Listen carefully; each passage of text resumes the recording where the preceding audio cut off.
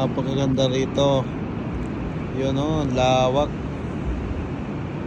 Nandito kami ngayon sa Kayapoy Beach. So nanguhuli sila ng mga whitebait, yung maliliit na isda na puting-puti. Ayan o, napakaganda ho dito. Hanggang doon sa kabila may mga nanguhuli ng whitebait. Ayan o, napakaganda ng beach. Ang lawak. Ayan o. Uy! Kala ko mga sasagasaan yung napakaganda rito, talagang presko.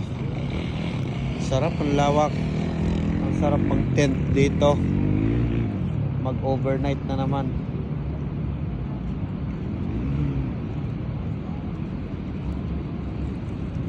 Yun o, nagano sila? Nagano sila? So ito yung mga whitebait mga boss. Yan yung panghuhuli nila ng whitebait. Ganyan lang, yung may net silang hinaharang. Tsaka may panghuli dun sa ilalim na yun. Sa ayan, yan tinutusukan niya. Nandyan yung whitebait. Tsaka may harang ditong ganyan. So dun manghuhuli sila. Napakaputi niyan mga boss na whitebait na yan. Ganyan lang yung style ng panghuli nila na whitebait. Mahal daw yung ano dito, mahal yung per kilo 100 something sabi. So bimingwit. Ganda, ganito sa kabila mga bossy. O yan o, ang ganda niya sa kabila. Napakaganda dyan sa kabila. Ayan. Gandoon yun, ganda ng tanawin.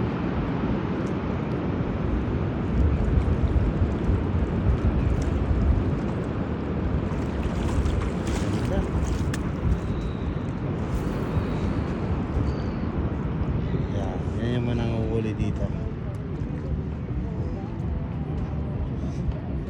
Matagal-tagal din kami hindi nakapunta dito. Siguro mga 2 months mahigit mga 2 months hindi kami nakapunta rito. Dito kami namimingwit. So baka pagplanuhan na naman namin makapamingwit kami rito mga by of November.